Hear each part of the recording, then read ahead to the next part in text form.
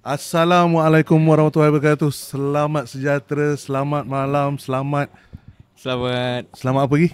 Selamat sore. Selamat sore kepada para pendengar podcast Marhain. Kali ini kita bersiaran di tempat biasa bersama saya hari ini rakan-rakan baik saya. Yes. Yang handsome, budiman. Wah, episode 2 pun still Bila lagi saya nak menghargai? Bila lagi saya nak menghargai sahabat-sahabat saya dan saya menghargainya terbuka. Atas sokongan sahabat-sahabat untuk menjayakan podcast Marhain yang betul. serba adanya. Yes. Okay. So sebelum kita bincang pasal belanjawan 2024 Okay. yang hangat diperkatakan, Macam berat je malam ni. kita tengok dari sudut aspek rakyat lah. Kita kan podcast main. Kalau kita tengok benda-benda fiskal, duit apa benda defisit apa semua, rakyat tak faham. Tapi kita tengok apa belanjawan yang akan memberi kesan kepada rakyat. Betul. So kita akan pergi gitu. Keduanya kita akan tengok juga isu GEG. GEG ni bukan Generation Endgame ke? Betul, GEG vape. Okay, and then ketiga ada sikit-sikit pasal Palestin lah. Tapi sebelum tu kita make us comfortable lah. Saya nak tanya kepada Is, apa awak punya perkembangan terkini Is minggu ni? Sibuk ke Is? Sibuk bang. Sibuk lah.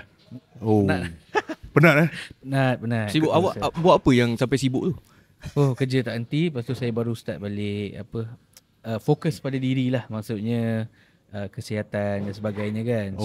Okay. Undergoing that process lah. Mungkin sebab baru start balik. Okay. So dia ambil kata rather than physical punya drain, mental drain lah sebenarnya. Mental drain. Mental drain lah Sebab sebenarnya. awak kuat sangat kerja. Saya tengok tak awak kuat berhenti sangat kerja. Betul. Kadang-kadang kita tak penat fizikal, tapi kita penat otak kan. Yes. Betul. Betul. So awak sekarang dah pergi gym Serius dah pergi gym? Betul, saya dah pergi gym balik. Cuma itulah Gym, mungkin ambil masa. pergi gym balik lah. Gym balik lah. Sama nanti. Tapi itu maknanya dulu pernah pergi. Dulu pernah pergilah. So nak dapatkan badan fit balik. saya sokong. Yelah sebab kalau saya hari itu saya buka Facebook awak tau. Saya tengok gambar awak masa umur 21, 22 kot. Awak stalking Memang tak sengaja. Okay. Memang awak kurus. Ke Instagram awak macam tu lah. Kurus gila. Lagi kurus pada saya sekarang. Betul? adalah. Really? Ke gambar tu edit? Tak adalah nak kata kurus daripada dulu. Tapi dulu badan fit lah kan? Betul. Sedap lah orang kata. So Sedap. badan sedap lah. terlajak lah. Tak boleh buat apa lah. Tak Sebab boleh apa. kita sayang bini kan. Itu yang kita nak dengar. Itu yang kita nak dengar. Betul. Okay, Mi, apa pengalaman awak minggu ni, Mi? Aduh hai, minggu ni tak ada apa yang menarik kot. Saya rasa saya rutin macam biasa kerja. Yalah, kerja saya fleksibel macam tu lah. Yes. Kadang-kadang buat kerja kat mamak, kadang buat kerja kat rumah, kadang-kadang masuk office, macam tu lah. Digital nomad lah. Digital, so-called digital nomad lah. Not bad lah. Foyo lah digital nomad. Bawa laptop kan, pergi Starbucks macam tu. Okay, minum kopi kan. Minum kopi. Not bad. Not bad. Ramai yang nak sebenarnya apa yang awak buat. Okay, macam contoh, macam ada juga macam saya kan. Saya sebenarnya agak iri hati awak ada masa pergi ke gym. Saya tak adalah jadual saya padat sangat sampai tak boleh nak pergi gym. Tapi dia mungkin sebagai alasan lah. Macam saya tapi susah. abang kan main basikal. Betul. So abang tak payah pergi gym. Betul. Saya sebenarnya tak suka gym. Tapi saya envy. Saya iri hati kepada orang yang ada punya masa untuk bersenam. Untuk diri sendiri tu. Ya, betul lah. Saya ada banyak kekangan apa benda semua. Alasan lagi. Ya, macam biasa alasan. Saya pun ada basikal tak main pun. Saya ada 2 biji basikal tak main pun. Aduh, masalah kan. Rasa kita boleh kayu sama-sama Mi. Setuju. Okay? Boleh tak? Saya bukan tak nak pergi gym. Saya gym agak, saya tak boleh confine space. Okay, faham. Sebab kerja pun dah kat confine, kerja pun banyak, desk job. Kadang-kadang je keluar sebab saya dah diharamkan keluar oleh bos. Kalau bos tengok, tiba-tiba so banyak kena buat paperwork dekat office sebenarnya, yada semua. So hari-hari kat office lah. Hari-hari kat office, memang statik lah. And then saya dah tak boleh lah. Kalau nak gym memang bukan lah. Saya nak kena great outdoor again lah. So mungkin satu hari nanti kita akan pergi naik basikal, kita kayuh, kita pergi jumpa Is dekat gym. Lepas tu kita pergi mamak. Kat mamak kita buat podcast. Yes. Tapi nak bawa menatang ni semua, berat. Okay, lupakan yang tu. Okay, teruskan. Okay, kita kembali kepada belanjawan 2024 yang telah dibentangkan oleh PM Anwar Ibrahim, PMX. Yes. Last week this week, tak ingat? Last week. Hari Jumaat. Hari Jumaat petang dia telah bentangkan. So saya rasa secara overallnya nampak macam positif. Antara nampak macam positif. mungkin sebab bukan kepada kita lah. Sebab antara intipati yang paling orang perkatakan, penjawat awam ataupun orang kerja government dapat 2,000 bonus babe. 2,000 sebelum untuk ni tahun ni. untuk tahun depan. Oh, tahun depan. Okey. Oh, yelah ni kan belanjawan tahun depan. Betul, dari 2024. Okey. Dah ada tahun ni dapat lagi kedua bonus. Memang semua orang nak kerja government, semua kerja di swasta. And then di 2024. Lepas tu di 2024 ni dia dapat untuk tahun depan dia akan bayar sebelum Februari 2,000 dia punya bonus. Oh, bonus tu keluar sebelum Februari tahun depan lah. Yes. So dia sesuai lah untuk siapa-siapa keluarga yang perlukan bonus minimum 2,000 ni yang untuk memulakan persekolahan anak. Dan juga untuk menghadapi musim perayaan hari raya puasa. Oh yelah, raya pun dengar cerita awal tahun depan kan. Betul. Mungkin bulan 4 kan. Lagi awal pada tahun ni lah. Betul. Dan dia bertembung. Selama ni jadual persekolahan selalu bulan 12 bulan 1. Tapi dia dah ada di bulan 3. Yelah kan dia drag kan. Drag sebab COVID itu hari had. So penggal yang baru tu bulan 3 baru dia start kan. Yes. So jadi tahun lepas memang perit. Kita orang saya dalam bidang retail nampak purchasing power tu agak tough, agak berkurangan. Sebab banyak parent terpaksa berhadapan dengan dua keperluan untuk pergi untuk buat perbelanjaan persiapan raya dan juga untuk persiapan anak. Okey. So kali ni bonus ni akan sangat-sangat membantu kepada rakyat lah. Dan juga akan memulihkan balik purchasing power rakyat lah. Saya nampak ke arah macam tu lah. Nampak ke arah macam tu lah. Mungkin tapi lah saya jangkakan lebih lah. kepada penjawat awam kan bonus Yes, kan. yes. Tapi penjawat awam, tapi sebenarnya purchasing power penjawat awam di Malaysia sangat besar. Sebab penjawat awam sebenarnya besar di Malaysia. Betul lah, okay. betul. So antara lagi satu adalah pasal belanjawan ni cukai SST dinaikkan kepada 8%. Yang sebelum ni 6% je kan. Yes, 6 Tapi tiba-tiba 8. tapi saya dengar cerita bukan je semua ni kan. Okey. Mereka macam mana? Maknanya bukan semua sektor tu akan naik 8%. Betul. Dia ada sektor-sektor ada lah. beberapa sektor yang dikecualikan. Maksudnya masih lagi pada kadar 6% lah. Okey. Tapi ada juga yang akan dinaikkan kepada 8%. Cuma effects dia tu adalah dominus effect lah. Tu yang kita akan bincangkan kejap lagi kan. Yes, kita terus bincang tanpa membuang masa. Saya memberi floor ini kepada Is untuk membincangkan kenaikan SST 8%. Kan ini bukan parlimen. Ya, kita kadang-kadang terbawa-bawa. Kadang-kadang terbawa-bawa. Parlimen vibe tu terbawa-bawa. Jangan terbawa-bawa cakap macam Indonesia aja. Ya. Sebab kita kan serumpun.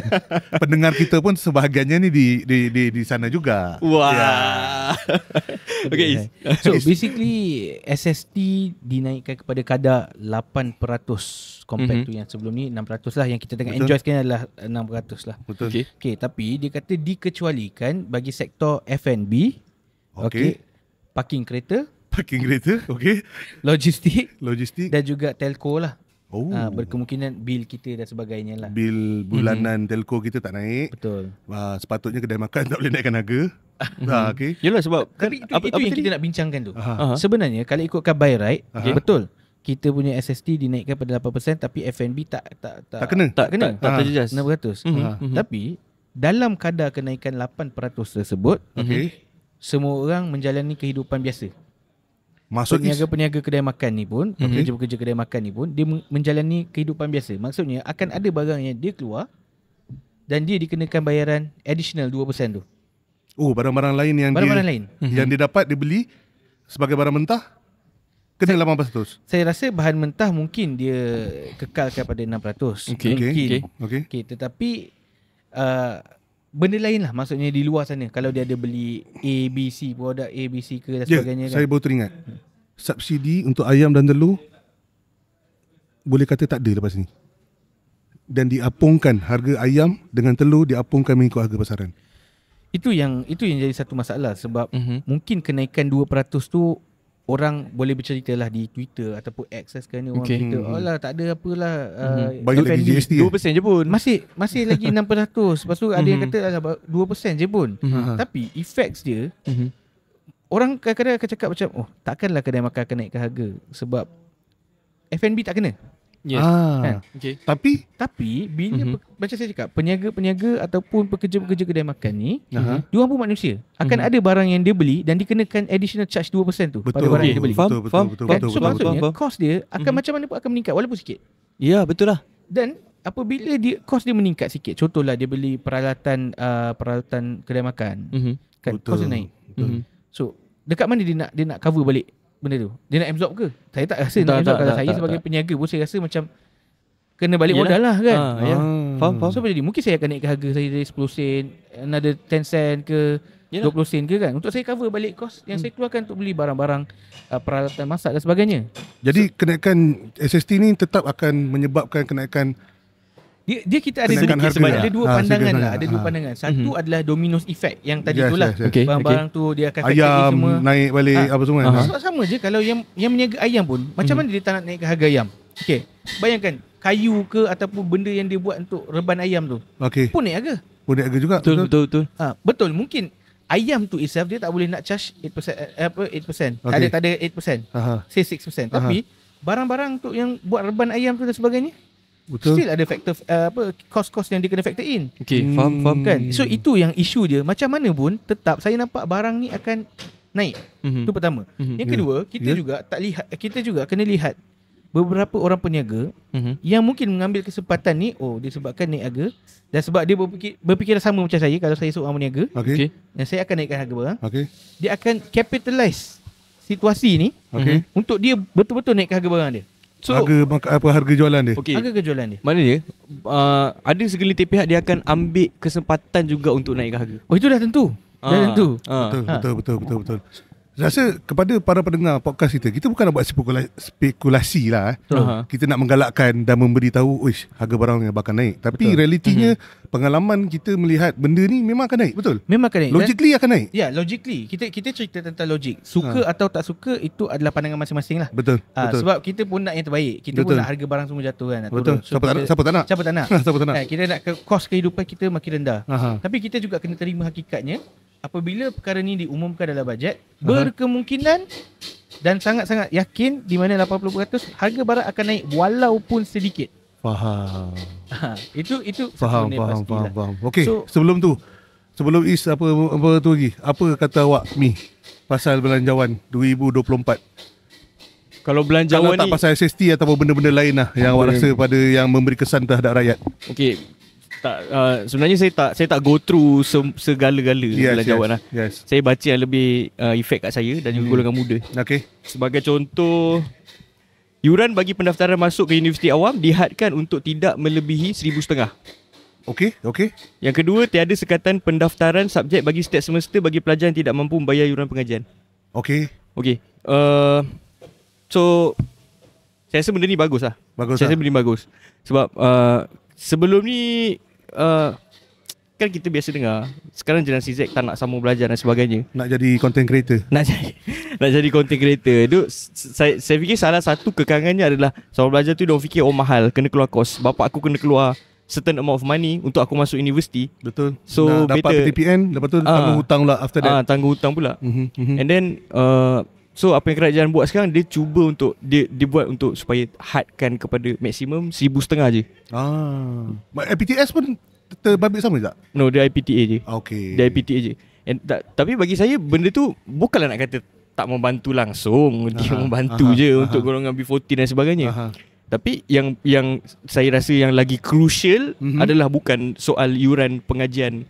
Sebab dia cakap pendaftaran masuk, yuran pendaftaran masuk tu sahaja. Yang dihadkan ke 1,500. Bukan so yuran yang biasa setiap semester dan sebagainya mesti sama. Yuran apa kediaman ke apa contohnya kan? Kalau ada kena duduk kat college dan sebagainya. So dia tak menyeluruh lah sebenarnya. Tapi macam awak cakap tadi, boleh mendaftar subjek walaupun ada hutang dengan universiti, betul tak? Okey, dia bukan hutang. Habis? Dia cakap tiada sekatan untuk pendaftaran subjek bagi setiap semester bagi pelajar yang tak mampu membayar yuran pengajian. Yes, sebab benda ni jadi kat UM. Okey. Sebulan yang lepas. Cerita sikit. Jadi jadi kat UM, sebulan lepas pihak UM membuat satu peraturan, siapa yang ada hutang tak boleh daftar next sem. Something like that lah. Dan benda ni ditentang habis-habisan oleh Majlis Perwakilan Pelajar di universiti lah. Sebenarnya saya pun nak kongsikan benda ni dah silakan. memang berlaku Banyak kali. banyak kali. Lama. Okey. So yelah, saya pun belajar daripada UTP dulu Okey. sehingga ke Unitas sekarang. Okey. Ada kalanya yuran kita sangkut. So Okey. apabila yuran sangkut ni, yelah saya pun datang daripada keluarga yang tak seberapa Okey. ada kan. Jadi bila yuran ni sangkut, masalah yang kita hadapi sebagai pelajar waktu tu adalah satu, kita tak boleh daftar untuk SEM depan, subjek untuk SEM depan. So maksudnya macam mana pun saya kena clearkan hutang dulu baru saya boleh masuk SEM depan. So kalau awak tak ada duit nak bayar, terbantu lah. Saya terpaksa extend SEM. Oh. Maka saya akan habis sambat lah. Okey, itu yang pertama. Yang kedua, Aha. kalau saya tak bayar, Ha? saya tak akan dapat tengok result saya. So saya tak tahu sekarang ni saya fail ke saya lulus. For flat ke? Ke laut? Dia kalau Pening for macam tu, flat, apa, pening. dia masalah dia. Ya. Bila kita gagal. Yes. So contohlah saya tak cukup duit. Ha. Okay, saya tak tahu result saya ni lulus ke tak. Ah. Okay, so tak apalah, disebabkan saya tak cukup duit, saya defer satu SEM. Maksudnya saya tak join SEM Yes, depan, yes, saya tak defer. join. So saya dah hilang satu SEM. Okay. Okay, itu jam saya kerja, saya dapat duit, saya bayar. Okay. Okay, saya bayar. Bayar saya baru boleh tengok result saya. Kena pula gagal. Dah, satu SEM lagi pula. Pening kepala macam tu. Bila nak habis belajar? Pening kepala. Bukan masalah. Yang yang tak ada sekatan untuk pendaftaran subjek ni, saya nampak dia tolong lah mahasiswa. Dia tolong mahasiswa. sebab at least pelajar-pelajar ni dia boleh lah tahu results dia dan dia boleh daftar. So mungkin apa yang kerajaan cuba letakkan. Dan saya rasa sebenarnya saya setuju lah dengan gerakan kerajaan. Apa masalahnya, student habis belajar kan, walaupun dia tak bayar SEM tersebut, hujung itu dia tak dapat sijil. Fair lah kan? Yes. So itu fair lah. Tapi bila you buat sekatan macam tu, kesian pada student-student yang tak mampu. Lagi-lagi dengan keadaan ekonomi sekarang. Yelah, Oh, betul. Okay. Betul. So macam awak cakap tadi, faktor generasi muda sekarang, dia tak nak sambung belajar sebab dia rasakan kos pengajian tinggi tu mahal, memang salah satu faktor lah di kalangan orang muda kan. Betul, dah lah kos mahal. And then mungkin saya tak tahu, saya bukan bercakap bagi pihak generasi Z. Okay. Tapi saya rasa macam tu lah. Sahabat-sahabat sebaya awak kan. Saya tua melihat sikit juga je daripada awak. Itu saya tengok satu yuran mahal.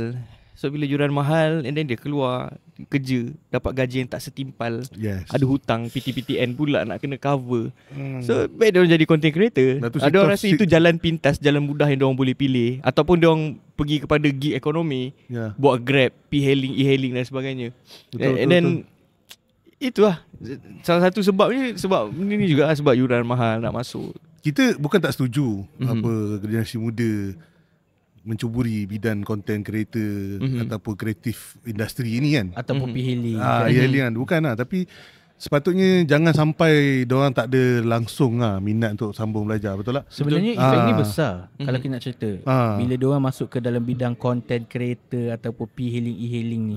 Masalah dia yang paling besar adalah apa skill yang dia dapat melalui pekerjaan-pekerjaan sebegitu. Betul.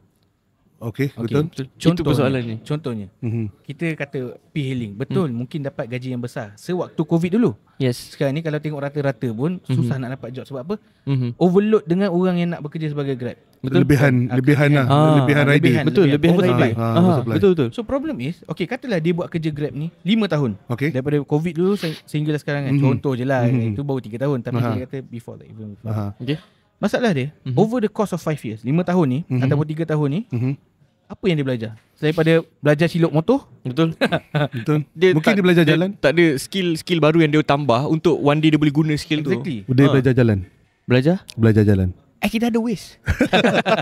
Betul tak tu? Betul tak tu? Sama juga dengan content creator. Yang mana kita tengok budak-budak sekarang ni semua nak edit YouTube lah, nak edit gamer lah, you know, TikTokers, semua. Streamer. Okay, mungkin satu benda yang bagus pasal ni adalah you know, you can build your soft skill. You boleh bercakap. Okay, okay. Tapi that's it. Kalau orang suruh awak lipat baju pun awak tak boleh. Sebab apa? Awak buat benda tu. Yelah. So memang kena jadi kado macam kado Aming lah. You settle dulu in studies. Yes. After that nak jadi content creator ke, TikTokers ke, gamer ke, lantak pi lah. That's why bila kita tengok content Khairul Aming dan juga content creator yang lain, dia berbeza dari segi apa konten yang dikeluarkan. Dan kalau kita tengok case study Khairul Aming tu, dia pun orang yang berpelajaran kan. Betul. So bila dia buat konten dia semua tak merapu. Yelah, betul. So, ada kualiti lah. Ada kualiti dan kita pun respect dia. Secara tak langsung kita respect dia. Betul. Kita jealous. Betul. Kaya Syed Muhammad ni. Tapi ramai orang tak tahu. sebenarnya Khairul Amin bukan kaya sebab jadi content creator. Kaya dia jual sambal. Betul. Betul lah. Betul tak? Betul tak? Dia gunakan skill content creator tu untuk melariskan lagi sambal dia. Betul. Betul tak kan? Betul tak? So ada apa-apa Gimi pasal belanjawan? PTPTN. Kenapa dengan PTPN? Hari tu kan dia cakap ada diskaun lah. Diskaun. Dia ada untuk diskaun lah. PTPTN. Siapa settlekan di PTPN lah? Dia cakap 10% atas baki hutang dengan penyelesaian penuh pinjaman. So kalau saya hutang 10,000, saya hutang 10,000, saya bayar habis penuh, saya dapat diskaun 10%. So awak bayar 9,000 lah. Saya bayar 9,000 je lah. So, Bagi saya awak tu tak memberi impak sangat lah. Tak berimpak sangat. Bagi saya tu tak memberi impak. Dan sebenarnya patutnya kalau saya buat bayaran penuh, saya rasa saya patut dihargai lagi. So berapa kadar yang awak rasa yang perlu dibuat? 60%. 60%? Tapi Mi macam tak logik lah Mi. PTPN tak boleh nak rolling. Memang betul, saya faham tak boleh nak rolling. Tapi kalau nak cerita tak boleh nak rolling, okay, ni cerita saya di sini Saya boleh cerita. Saya pinjam PTPTN. Okay. Saya pinjam PTPTN 11,000. Okay. Masa saya belajar dulu. Okay. Saya pinjam PTPTN 11,000. Okay. And then saya tak tahu yang rupa-rupanya setiap bulan dia akan bertambah RM10 daripada jumlah hutang saya. Itu tak termasuk bunga, itu RM10. Saya tak tahu itu mungkin dia punya cost operasi, something like that. So saya tangguh juga dulu, tak bayar sebab tak ada kerja. Okay. Salah satu. Berapa dia tambah RM10? Dia tambah RM10 sebulan. And sampai sekarang pun dia akan tambah RM10 sebulan. Okay. So baru-baru ni keluar statement. Saya dah bayar a few years lah. Saya auto debit bayar sekarang, bayar. Rupanya saya baru daripada 11,000 tu saya baru bayar dalam 900 something. Bukan 900 something. Dia baru tolak daripada keseluruhan hutang saya tu. Sangat sikit. Macam tak bergerak lah. Macam tak bergerak. Okay. So kalau sekarang saya ada duit, saya nak habiskan pinjaman saya. So tak malu lah kalau 10% je saya dapat. Saya dapat kurang 1,000 je. Okay Is, berapa persen awak rasa yang berbaloi? Alright, apa yang saya tengok, Jimmy minta 60%. Gomen bagi sekarang 10%. Awak rasa berapa persen sebenarnya yang kita boleh sampaikan lah? Mana tahu ada pegawai PTPN tengok benda ni kan. So dia tengok perbincangan kita ni kan. Kalau ikut ke hati sebagai seorang peminjam PTPTN, kalau boleh free ya.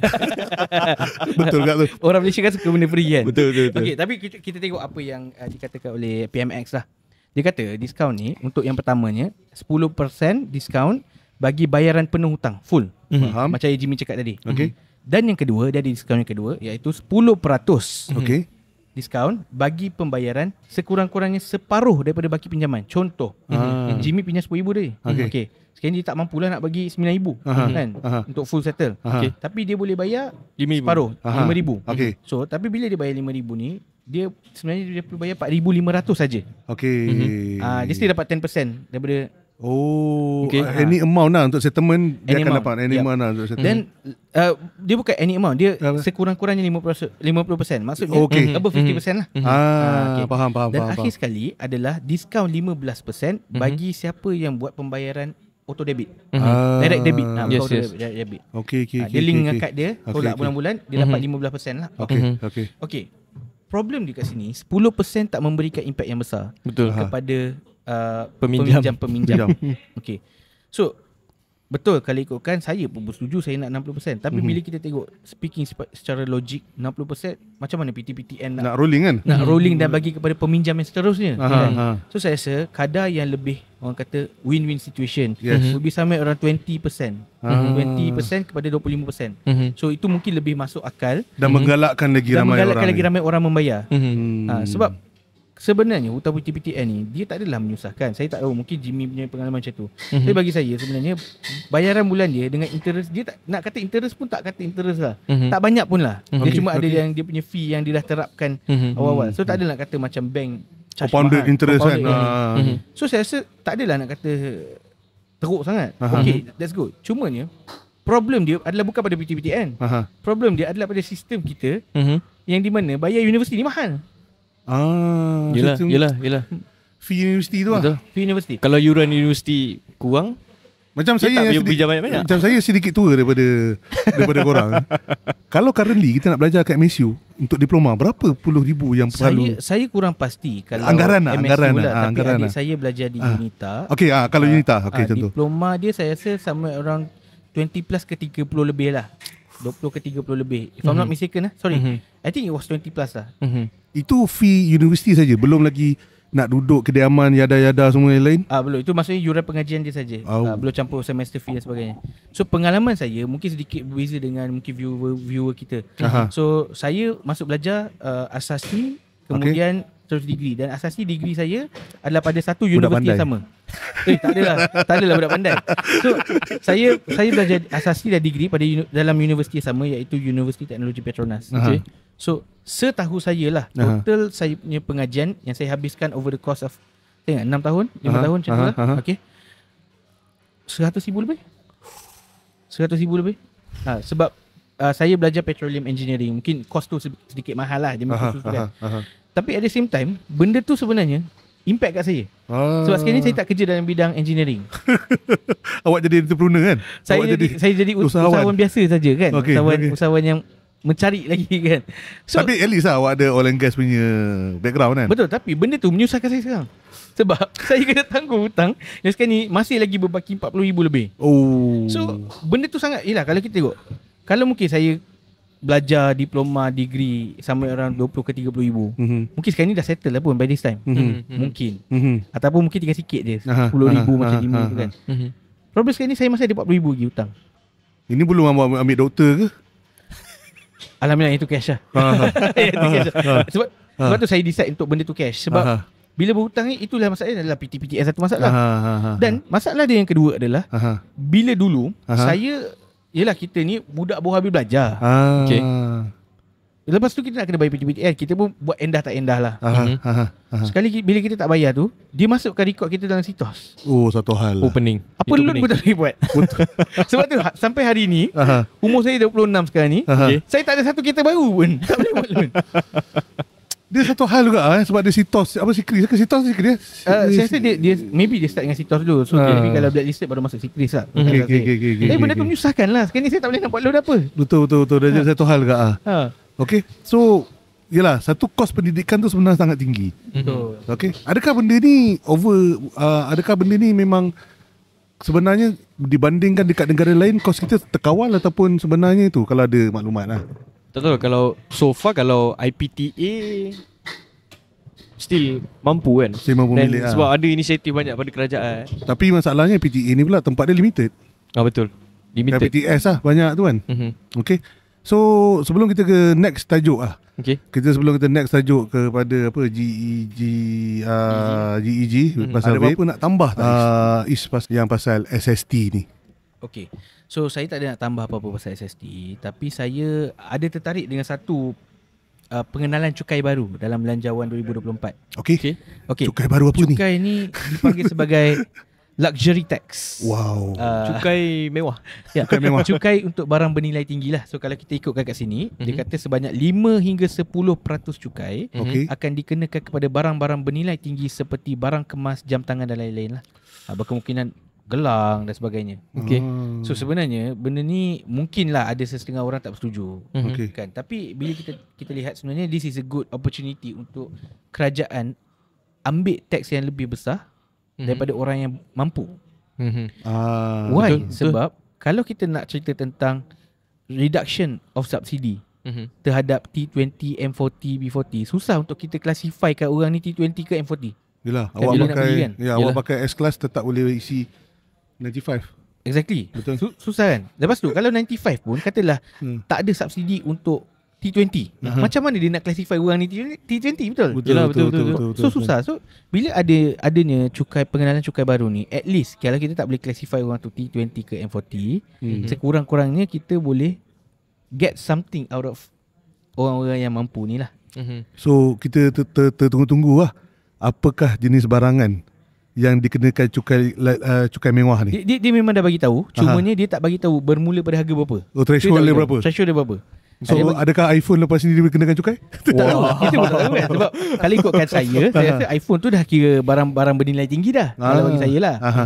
Dan saya rasa mungkin benda ni adalah double edged sword.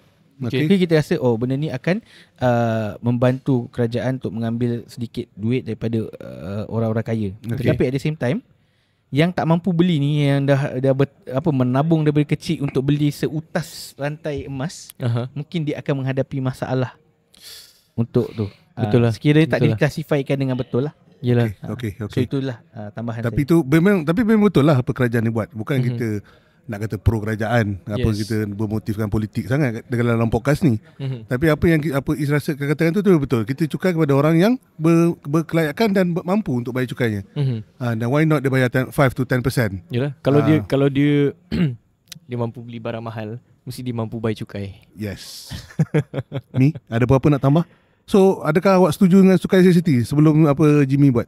Dia punya ulasan terakhir dia. Saya tak setuju dengan penambahan SSC kepada 8%. Ataupun awak setuju GST instead?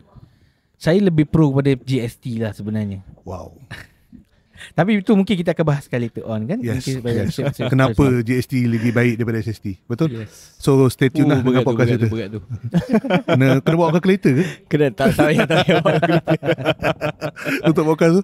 Okay, Mi, apa Mi nak tambah ulasan terakhir sebelum kita menutup chapter Belanjawan 2024 ni?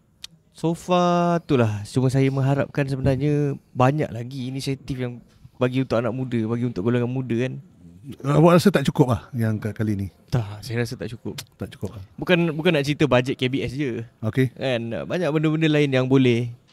You know. Yelah, dia macam tu lah. Macam awak cakap pun dan saya sebagai rakyat pun, kadang-kadang kita baca kat paper kan, berbilion-bilion diturunkan, diperuntukkan untuk setengah sektor industri kan. Tapi macam tak rasa je. Saya mungkin nak add sebelum kita habiskan ni kan. Mungkin kita lihat on paper, kita rasa berbilion-bilion diturunkan. Cumanya saya berharap kerajaan kali ini memastikan berbilion-bilion tu turun lah. Bukan sekadar cakap pada belanjawan saja. Bukan atas paper je lah. Bukan atas paper sajalah. Sebab atas paper ni memang dia kata okay, kita turunkan berapa bilion untuk bajetnya sekian kan. Tapi kalau di hold juga ketika implementasi dan tak guna juga. Rakyat still tak dapat rasa yang bilion-bilion tu. Tapi itulah satu hal lah. Kerajaan kena tunaikan apa yang berbilion-bilion tu yang diperuntukkan. Dalam masa sama kerajaan juga kena pastikan tiada ketirisan. Yes. Ya, betul. Tak ada pihak yang memonopoli. Ya. So kita tak naklah tuduh siapa-siapa yang akan memonopoli peruntukan berbilion-bilion ni kan. Tapi kita harap kerajaan dapat sampaikan kepada kumpulan sasaran. Ada parlimen right lagi. Wow. Okay, terima kasih kepada sahabat-sahabat saya yang mengupas dengan begitu baik sekali belanjawan. Kalau kita nak kupas rasa 3 hari 2 malam pun tak habis. Bateri kamera, bateri lampu pun dah habis. Kalau kita tengok kita ada perubahan sikit dari segi visual. Kita minta maaf sebab ni podcast Marahin. Kita buat pun dekat kedai mamak. Betul lah. Okay, so seadanya lah. Okay. InsyaAllah kita akan improve dari semasa ke semasa dari segi teknikal. Okay, kita akan sambung. Selepas ni tajuk GEG kita take a break sebentar. Okay, stay tune. Okay, bye.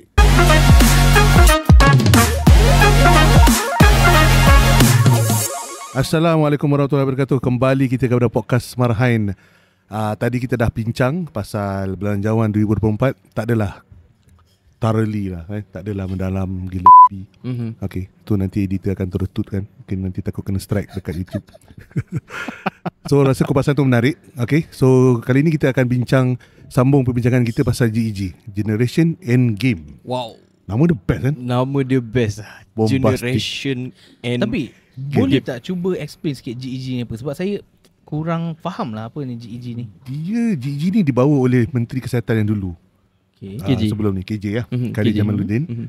Apa yang dibuat adalah GEG ni saya pun tak berapa pasti sangat. Bukan tak berapa pasti lah. Saya tahu dia punya tu sebab saya terbabit juga dalam industri vape.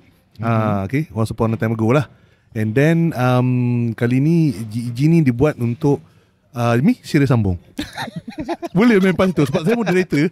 Saya kira kuasa sikit lah kan. Bila sangkut boleh pass terus dekat partisipan. Nasib baik tau. Nasib baik GEG ni benda yang saya present masa kat Indonesia dulu. Awak pergi Indon. Awak present apa? Kat Jokowi? Bukan kat Jokowi. Dekat dia punya Kemkes, Kementerian Kesihatan di Indonesia. Okay. Cuba terangkan pasal GEG ni. Apa yang bombastik sangat lah. Okay, dia sebenarnya nama panjang dia adalah Generation Endgame. So Ministry of Health kita, MOH, dia propose GEG ni sebenarnya satu polisi untuk cigarette dengan vape lah. Okay. And Industri then, tembakau industri tembakau dan vape. Yes. Okay. Dia tobacco punya ni lah. Aha. And then apa yang penekanan di dalam tu, dia lebih kepada tidak boleh menjual produk tembakau kepada sesiapa yang berumur selepas 1 Januari 2007.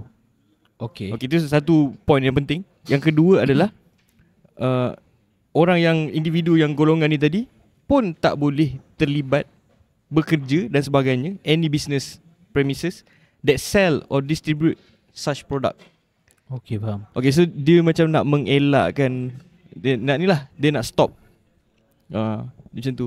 Daripada individu yang berumur sekarang berapa tu? 2007. Sekarang umur berapa dah? Saya pun tak ingat. Okay. 16 16 17 lah. lebih kurang. So itu dua intipati yang penting lah. Yang pertama tadi dia tak boleh beli tobacco punya produk. Yang kedua dia tak boleh bekerja dalam industri tobacco tu. Jadi sebenarnya apa saya tak nampak apa masalah dalam benda tu. Mungkin Abang Ong boleh share sikit sebab pernah ada pengalaman kerja dalam vape industry kan. Dia jadi pelik lah. GG nak buat dah. Kita tak payah sentuh pasal sebelum saya sentuh pasal generation end game ni ataupun bagi saya bagus lah. Okay, saya pun pengguna vape. Okay, saya tahu vape ni nak kata bagus tak adalah. Dan dia merupakan salah satu alternatif daripada conventional tobacco, iaitu rokok lah. Okay, kesan dia jangka panjang kita tak tahu, there's no real study. Tapi dekat negara barat memang dah cakap is better than you smoking vape, conventional rokok, cigarette lah. Okay, so rokok biasa lah. Yang jadi kelakar dia, masalah rokok seluduk pun tak selesai. Kerajaan nak buat GEG, apa beda dia? Rokok seluduk dah telah haram pun boleh didapati di banyak tempat. Easy. Realitinya lah. Realitinya senang dapat lah. Walaupun kita bukan pengguna rokok seluduk, tapi kita tengok sahabat-sahabat kita ramai. Betul. Custom jangan contact kita orang pula, nak tanya kat mana jual. Satu hal pula kita orang nak kena tolong. Tapi kita boleh beritahu lah kat mana kan. Kita akan jadi rakyat bagus lah. Rokok haram ke tu? Itu lah. Itu pun ni lah, rokok seluduk itu table sebelah. Okay, jadi kalau custom adalah salah seorang pada viewer kita, boleh contact Jimmy lah. Okay. Mana dia dapat? Tanya dia. Dia boleh beritahu pusher kat mana. Mampus. Podcast kita kena rate pula. Podcast kita kena rate dengan custom. Sebab nak tahu maklumat. Kita tak tahulah. Mungkin yang kita tahu ni semua small punya tu lah. So what's the point? Sebab benda tu ada dekat dalam pasaran. Dan easily ada. Okay. Dan dia kesan daripada bila kerajaan menaikkan cukai rokok yang terlalu tinggi. Dan dia dah ada market demand untuk rokok seluduk, which is yang dimarketkan lagi murah daripada rokok yang bercukai. Faham? Okay. Itu memang salah satu benda yang tak masuk akal lah. Doesn't make sense. Because people will still smoke. Because untuk orang tahu semua, nikotin ni adalah dadah yang paling ketagih selepas heroin. Kalau ranking dadah tu, first heroin, second nikotin. So once you addicted to it, dia dah tersangkut dengan nikotin. There's no way out. Something like that lah. Faham. Pengguna nikotin juga. So isu dia kat situ lah kita nampak. Memang betul lah. Saya jauh dari sudut hati, saya pun tak nak anak saya, cucu saya menghisap benda-benda lara ni kan. Dan juga kita nampak benda ni sebagai benda yang tak patut. Betul tak Isan? Betul. Dan saya rasa tindakan ni bagus. Tapi dia seolah-olah upfront nampak cantik, tapi hujung-hujung nampak tak cantik. Dan dia juga mematikan industri vape. Industri vape dah telah problem sekarang. Sebab sebelum ni sebagai macam kita pengguna vape juga, kita dulu kita recall. Lepas tu kita pakai pot disposable. Lepas tu boleh top up pot dia semua kan. Udahnya dah jadi disposable. Betul. Pakai buang je. Macam ni. Macam ni. Kita tak nak endorse lah apa-apa produk. Kan nanti dia orang jadikan ni sebagai iklan pula kan. So industri vape yang orang kata salah satu masa dahulu sangat subur. Dan pada pendengar yang tak isap vape dan yang tak tahu, sebenarnya industri vape dekat Malaysia ni sangat subur dan juga ranking dia hampir boleh saya kata nombor 2 lah kat dalam dunia ni. Yang buat liquid tu lah, liquid vape tu lah. Sebab dia ada banyak komponen dalam vape ni. Device untuk menghisap dan liquid bernikotin yang untuk tu. Okay. So benda tu dia jadi, industri tu akan eventually akan mati. Yang sekarang ni dia tengah tenat sebab kemasukan apa produk apa ni, produk disposable yang banyak yang di mana ianya tak dibuat di Malaysia tapi dibuat di luar negara, dan industri vape di Malaysia tak ada kapasiti lagi untuk menghasilkan benda ni. Dan dah lah industri tu baru berkembang, dan bakal memberi pendapatan kepada negara, dan bakal memberi pekerjaan kepada rakyat, dan benda ni akan mati bila GEG ni dibuat. Faham. Dan bila you matikan satu industri yang boleh lah orang kata dari morally is wrong, okay, tapi dalam masa sama you cakap benda ni macam you buat GEG untuk kesihatan awam yang lebih baik. Okay, tapi dalam sama rokok sulduk tak settle. Faham. So industri ni akan mati tapi rokok sulduk, so penyeluduk tu tetap akan jadi kaya raya. Industri kita ni macam dah macam mana? Kan? Betul tak? Betul. So saya tak nampak kerajaan ni apa buat benda keputusan yang betul. Saya rasa sebenarnya kita kena ambil pendekatan yang kita kena perhalusi lagi industri vape ni, dan mengetatkan lagi sempadan kita, penguasaan kita terhadap benda-benda seludup ni, macam rokok seludup ni. Dan apa kalau dibuat apa-apa peraturan pun pastikan dia bercukai. Sebab saya dan industri vape last kali update isunya dia nak cukaikan vape ni. Bukan dah dicukaikan ke? Tak, saya dah tapi pelaksanaannya itu masih belum lagi lah. Masih belum konkret. Okey, faham. Tapi bila kita cerita tentang GEG ni, adakah benda tu dah diimplement ke ataupun masih lagi di awang-awangan dalam perbincangan ke, macam mana Mi? Sebelum ni pernah, kalau tak silap saya lah, sebab saya present benda ni kan, sebelum ni kalau tak silap saya dia pernah dibentangkan di parlimen. Tapi sampai sekadar takat itu aja. Sebenarnya tidak masuk dalam rang undang-undang dan sebagainya. Sebab GEG ni penguatkuasaannya yang saya tahulah. Yang saya tahu penguatkuasaannya siapa yang didapati terlibat dan sebagainya, dia akan kena denda. Tahu tak sekarang kalau budak bawah umur dia beli rokok, dia beli tobacco punya produk, bawah umur 18 tahun tak silap saya. Betul. Dia akan kena denda RM50 je. So dia macam tak ada efek, dan tak ada siapa mungkin kisah sampai benda ni dengan pasal benda ni. So sampailah KJ memperkenalkan GEG. Okay. Ini my point of view Saya nampak macam tak adil kepada individu yang berumur ni, yang lahir pada 2007 kat atas ni, macam tak adil lah. Sebab kita boleh sokok, dia tak boleh sokok. Something like that. Tapi yelah, dia punya dia macam mencabul hak asasi. Betul. Macam mencabul hak asasi. Dan pernah juga orang cakap yang GEG ni macam seolah-olah lah menjenayahkan kanak-kanak. Seolah-olah macam sebab kan kau buat denda yang tinggi atau mungkin ada penjara dan sebagainya. So tapi macam mana dengan masa depan kanak-kanak tu? Kan salah dia sebab dia beli rokok je bawah umur. Yes. Faham tak? So ada juga pendapat yang macam tu. Masa tengah kecoh-kecoh nak buat GEG. Saya tengok few years ago macam tu lah. Tapi sekarang ni dia diam je lah. Dia kenapa saya bawa tajuk GEG ni? Sebab patutnya Kementerian Kesihatan table bacaan kedua kat dalam parlimen. Tapi benda tu dibatalkan. Dibatalkan kan. So industri vape kata okay, yes. Kita masih ada nyawa, walaupun diorang tak kadang tenat sebab tak ada badan kawal selia. Okay, masalahnya Kementerian Kesihatan memang takkan benarkan penjualan cecair bernikotin. Pada mereka cecair bernikotin dia kata tak perlu dijual secara terbuka sebab sebenarnya ianya orang kata berbahaya. Okay, berbahaya. And then kata kalau nikotin ni tak perlu ada pun dalam you punya sistem badan, dan you tak perlu nak menagih nikotin pun. Okay. So daripada kata pasal tu dia support GEG ni. Memang kalau Kementerian Kesihatan memang all in line lah di belakang GEG ni. Tapi yang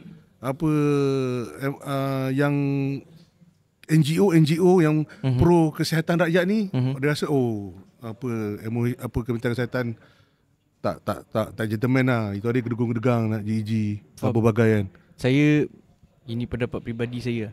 Saya rasa dia tak dilaksanakan. Tak ada di sana. Susah lah. Susah. Satu kalau saya letakkan diri saya sebagai seorang kerajaan. Contoh macam tu kan. Obviously saya nak cukai. Yes. Saya nak cukai pada rokok dan sebagainya. Dan kalau inilah menjadi titik mula kepada penamat penjualan rokok dan vape, dan kat mana lagi saya nak cari income. Income macam tu.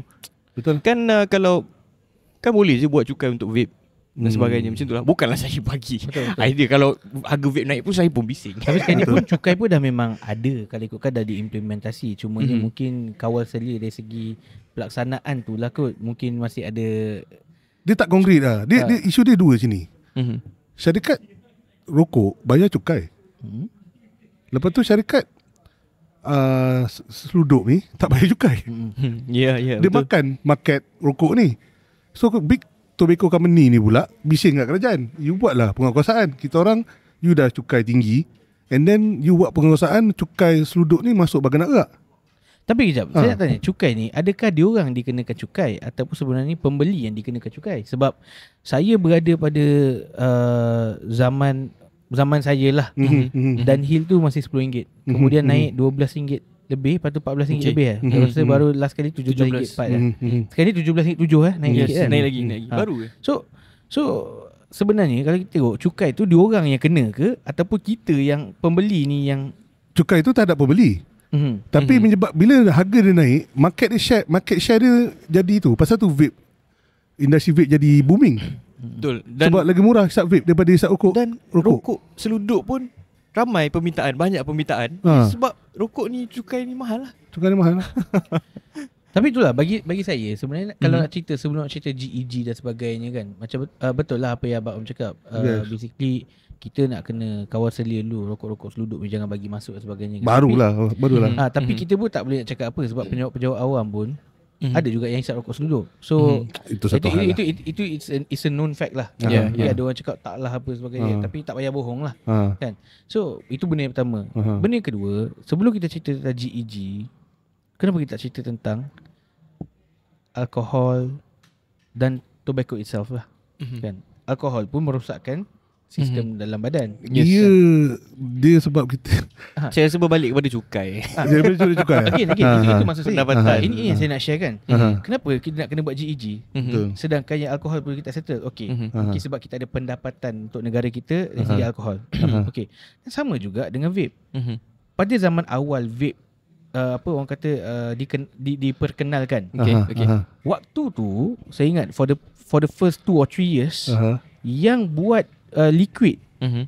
Tak silap antara yang hot adalah di US Betul. dan di Malaysia. Betul. Dan saya adalah antara salah seorang yang brew sendiri dan buat brand sendiri. Wow, rupanya.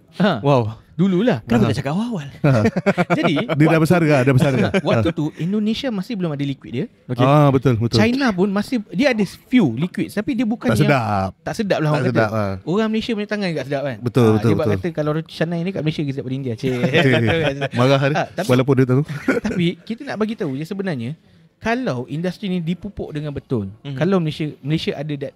Sebab kita tengok macam ni, kenapa alkohol tak dicerita dalam kes GEG ni dan sebagainya. Tak terbabit kan. Okey, kalau dikata betul tentang cukai pasal pendapatan negara dan sebagainya, sepatutnya you pupuklah industri vape ni. Betul, benda tu kalau kita tengok dari segi side kesihatan, moral kesihatan dan juga moral je salah lah.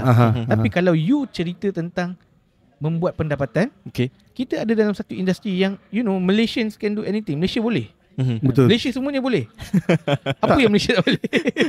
Musuh utamanya adalah Kementerian Kesihatan. Kementerian Kesihatan, dan bila nikotin ni, penjualan cecair bernikotin ni, dia tak termasuk dalam akta rokok dan tembakau. Dan dia orang Kementerian Kesihatan tak nak masukkan vape ni kat dalam akta rokok dan tembakau. Tak, itu maksud saya. Sebelum nak pergi lebih jauh pada industri baru iaitu vape dan sebagainya, you tengok dulu when it comes to kesihatan. Ban lah dulu alkohol tu semua. Benda yang dah sedia ada. Betul. Barulah you move to the new industry. Sekarang ni you kata Terang-terangan. kita tak boleh buat kat alkohol sebab kita ada pendapatan negara. Dan the same you tak boleh double standard kat situ. Kan? Faham tak maksudnya? Okay, kalau you nak buat GEG, you implement sekali dengan alkohol, tobacco. That's fine. Betul. Tak ada masalah. Betul. Dan benda tu bagus sebab saya buat anak-anak saya terlibat dengan minuman alkohol ataupun rokok dan vape. Saya pun personally tu. Walaupun saya adalah seorang yang isap rokok dan vape. Betul. Kan? Saya buat anak. Tapi kalau you nak implement, make sure jangan double standard. Yes. Tapi saya nak bagi tahu.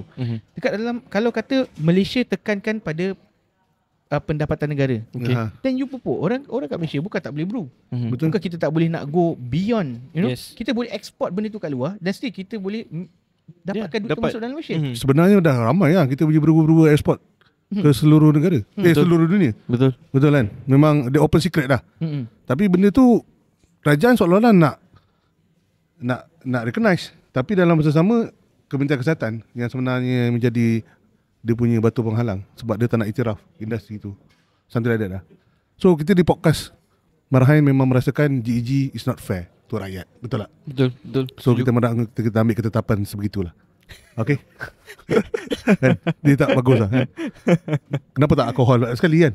Okay. Betul. Kenapa tak rukuk seruduk tak disettlekan dulu? Betul. Dan tu kan, itu benda-benda macam tu lah. Okay. Sebelum kita tamatkan kita punya podcast episod kita pada kali ini, kita ambil satu kesempatan lah. Benda yang paling hot dekat dalam global punya news lah sekarang. Okay. Masalah dia Palestin. Yes. Betul. Kita di podcast Marhain memang terkesan lah. Betul. Orang Melayu, Islam ataupun orang yang ada sensible punya pemikiran akan terkesan lah apa yang terjadi di Palestin, especially di Gaza.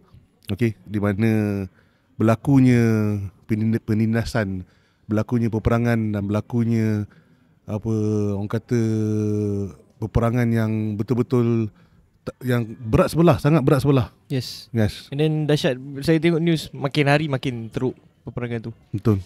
Kalau tak silap saya hari ni je dia dah start bom hospital. Kan. Dan sebenarnya benda tu, you know, perang macam mana pun, tapi kan hospital, rumah ibadat kan tak boleh Betul. dikacau, diusik kan. Tapi saya rasa macam episod kali ni rasa macam tak lepas nak keluar. Tapi tak apalah. Kena sensor kan. Tapi kita tak sebut perkataan tu. Betul. Cuma saya berpendapat macam ni lah. Mungkin ada orang yang dia tak tahu tentang facts. Kalau kita tengok orang-orang luar negara, dia sentiasa merasakan bahawa Gaza ataupun Palestin ni adalah teroris dan mereka yang buat hal, mereka yang curi tempat sebagainya. Tapi dia macam ni, it's very simple. Kita tahu for the fact that Israel ni adalah mengambil tanah Palestin. Okay. Dan disebabkan tu, bagi pendapat saya, sesiapa yang menyokong Israel, you give them your home, you give them your land. Instead of you kata oh tak, Israel baik dan sebagainya, you just shut up. Just shut up. Kau bagi rumah kau kat diorang, kau bagi tanah kau kat diorang. Baru Boleh. kau tahu rasa. Baru kau tahu rasa. Sebab kalau kau tak baca, kalau kau rasa takkanlah aku nak bagi dekat contohlah kan, saya minta dia rumah dia. Katalah Jimmy ni sokong Israel, contohlah kan. Okey, saya sokong Israel sebagainya. Jimmy, kau bagi aku rumah kau bagi aku tanah kau. Kalau kau sanggup bagi, stand with Israel, kau stand lah sampai bila-bila, tak payah sit down. nantak pi lah. Tak pihak. Betul lah. Tapi sebab benda tu sangat unfair lah bagi saya. Mungkin bagi orang yang membaca history, you know, for the fact that kita tahu what's going on. Dan kita tahu diorang ni sangat pengecut Israel. Yes. Dia macam apa? Baling batu sembunyi tangan. Betul. Sangat tak adil lah. Lepas tu dia over exaggerate. Exactly. Apa yang terjadi? Sebenarnya pembunuhan, pemenggalan bayi-bayi dekat Israel pun sebenarnya tak betul. Yes. Kalau kita tengok X baru-baru ni, sebab saya tak tahu kenapa, terima kasih kepada Elon Musk lah. Saya tak tahu dia sengaja ataupun tak sengaja. Okay. Dalam X, features terbaru dia adalah dia boleh memberikan sedikit penjelasan. So, X tu Twitter kan pada Twitter, pada pengguna yang tak tahu. So sekarang ada satu features di mana bila orang post tentang sesuatu benda, Double check. dia akan ada satu remark kat bawah tu. Okay. Dia akan bagi tahu, okay, this photo is generated by AI. Contoh. Okay, so ada orang double check lah, something like that. Saya tak tahu, dia macam auto ni lah, dia punya features baru lah. So apa yang jadi adalah pada Israel, orang-orang yang menyokong Israel ni, dia ada post tentang gambar bayi yang dipenggal dan sebagainya. Okay. Lepas tu kat bawah tu keluar remark, this photo is generated by AI. Kantoi. Kantoi sudah. Kata bodoh macam tu. Tu satu. Yang kedua, saya lihat dari segi ada orang twist the facts lah. Dan orang ni daripada India. Okay. Apa So, yang dia twist? Dia twist the facts that macam dia buat cerita yang orang Israel dibunuh oleh orang Hamas dia sebagainya. Sebenarnya dekat remark bawah tu ada case study, ada jurnal ataupun artikel yang menulis tentang penjajahan Israel terhadap Palestin. Pada tahun berapa saya tak ingat. Tapi cerita tu adalah cerita orang Israel bunuh orang Palestin pada tahun sekian tu. Tapi dia ubah cerita tu, dia buat macam it's happening now. Tapi kantoi bodoh lah. Tapi kantoi lah.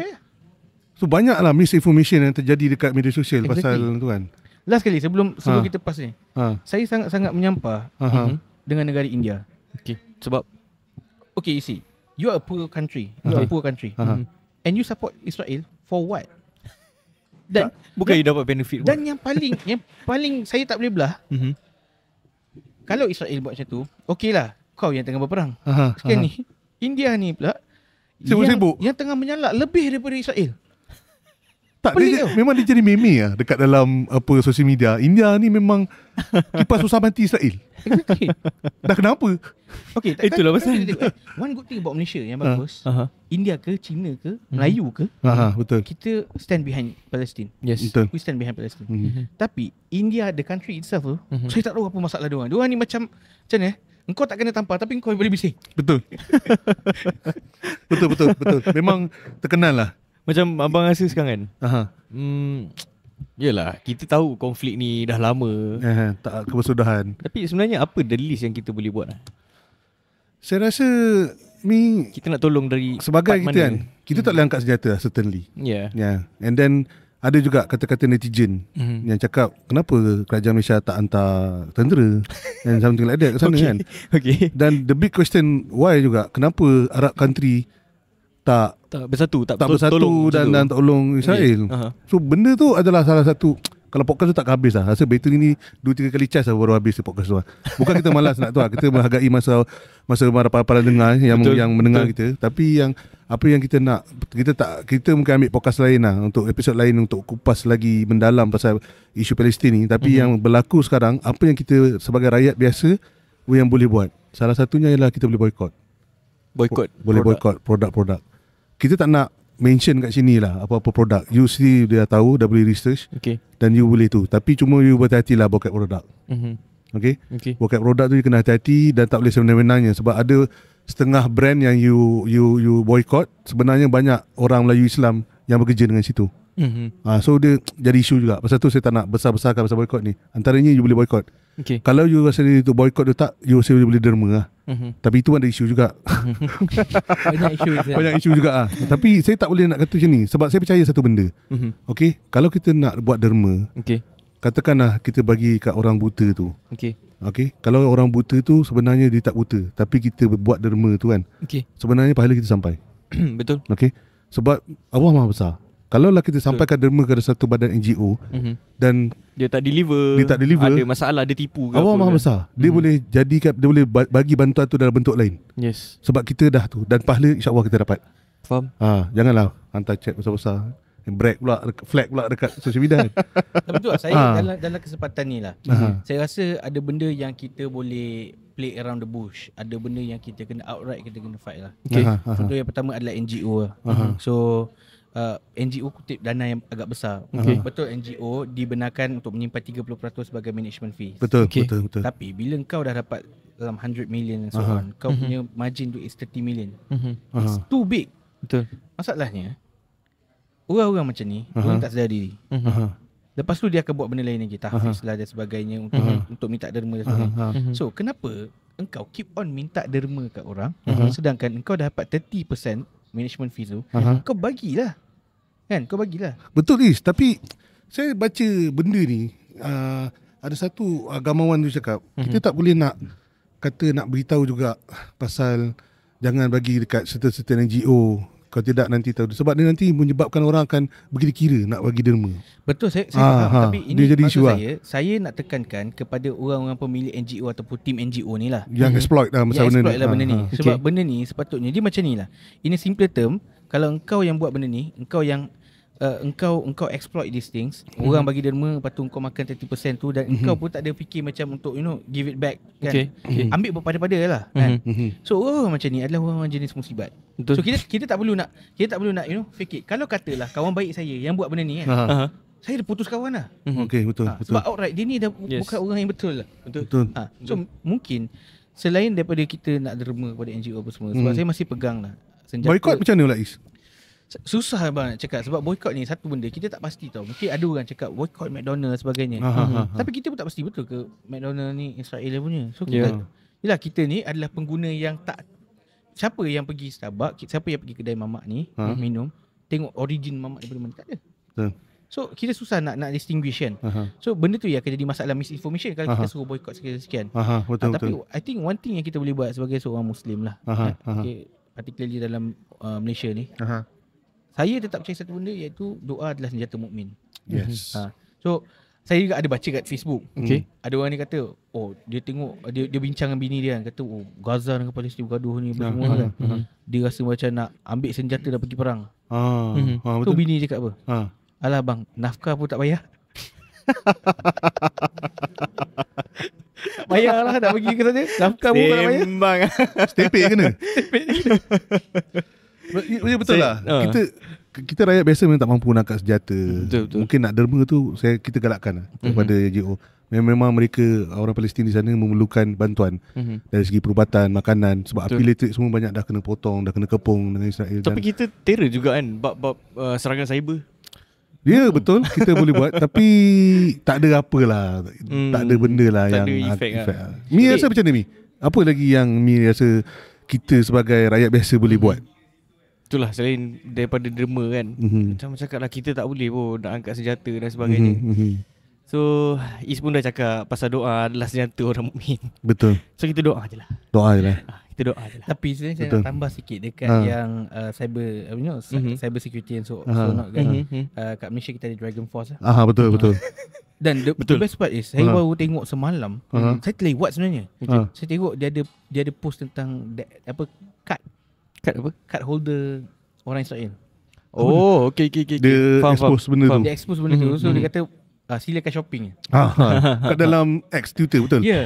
Betul. So benda tu saya, at least lah, saya rasa Dragon Force is doing good. Saya tak tahu siapa di belakangnya, tapi betul. Thank you so much mewakili orang Malaysia. Saya mengucapkan mewakili orang Malaysia dan juga orang yang stand with Palestine. Betul. Saya berterima kasih atas sumbangan tu. Mungkin tak orang ya, kita bersama-sama lah. Kita bersama-sama di podcast Marhain mengucapkan tahniah lah kepada, dan juga sangat menghargai kepada Dragon Force. Sebab kita orang nak aki-aki pun tak boleh. Kadang-kadang password sendiri pun tak ingat. Betul. Nak buka email sendiri pun kadang mampus password aku apa. Satu hal kan, kita memang hargai lah apa yang Dragon Force buat. Betul. Kita di podcast Merahin mewakili rakyat 3 orang ni. Dan juga kita juga mengharapkan mereka teruskan berdema, sebab ada yang tu masalah NGO ni. Kita juga kita syorkan kepada kerajaan kalau boleh kawasili lah NGO ni supaya tak kena exploit kan. Betul. Kita tak nak kes macam Ustaz Abid Liu lagi lah, macam hal lah. Dia tak tahu mana satu betul, mana satu salah. Rakyat confused. Kerajaan please lah buat something. Okay. Kita nak derma, hatta kita nak derma RM1 pun kepada NGO yang nak bantu Palestin ni pun, make sure benda tu sampai lah. Kita nak sampai lah kepada rakyat Palestin kan. And then kalau nak boycott lah. Terpulang lah. Itulah antara kita boleh buat. Jangan sangat sampai kita berpeluk tubuh. Kita tak boleh macam tu kan. Betul. So kita tamatkan lah kita punya podcast ni pada episod yang kali ni. Terima kasih kepada para pendengar. Okay, stay tune kepada podcast Marhain. InsyaAllah kita akan ada beberapa siri podcast yang lain. Kepada siapa yang tengok dekat Shopify, kat YouTube dan Shopify ataupun podcast Shopify, Apple. Spotify. Betul. Shopify lain Shopify lain. Spotify. Itu dah confused. Sebab kerja pakai Shopify kan. Okay, so Spotify boleh stay tune dengan kita punya tu, dan juga login kepada kita punya website www.shaalamlive.com. Walaupun tak siap kalau kau dah sampai banyak. Tapi okey lah, boleh tengok lah. Kita akan berani sebab benda ni Marhain, kita tak ada kita tak ada staff apa yang uruskan apa semua macam podcast-podcast yang lain. Kita tak minta sumbangan. Tak ada. Kita tak minta sumbangan. Kita nak independen. Kita independen. Kita sebenarnya independen. Kita podcast indie. Indie dan independen dan juga tu. Dan kalau ada apa-apa komen dan kritikan ataupun cadangan, boleh komen di ruangan di bawah. Yes. Kita sangat menghargai je. Betul. Klik like dan subscribe lah kalau boleh lah. Kalau tak nak pun tak apa. Tapi subscribe lah. Siapalah kita. Terima kasih kepada Is, kepada sahabat saya Jimmy. Okay, terima kasih kepada para penonton. Kita jumpa lagi pada podcast yang datang. Okay, bye.